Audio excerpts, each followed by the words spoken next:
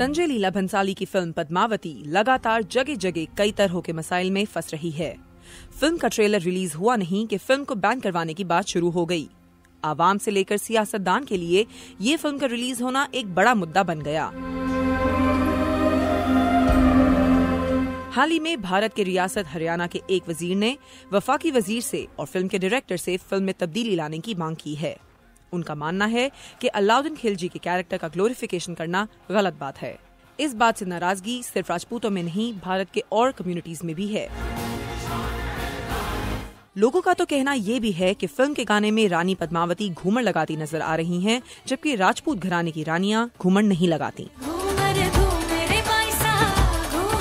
और फिर पद्मावती और खिलजी के बीच ड्रीम सीक्वेंस में रोमांटिक सीन की खबर। लेकिन भंसाली ने इस खबर से साफ इनकार किया है और कहा है कि ये फिल्म राजपूती शान को ध्यान में रखकर बनाई गई है। रानी पद्मावती का किरदार अदा कर रही हैं दीपिका पादुकोण, जो नजर आएंगी शाहिद कपूर उर्फ पद्मावती के शोहर महाराव रतन सिंह और रणवीर सिंह उर्फ सुल्तान अलाउद्दीन खिलजी।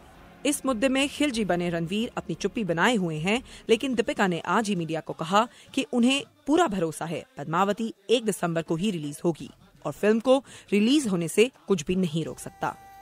शुचि जैन, उर्दू VOA।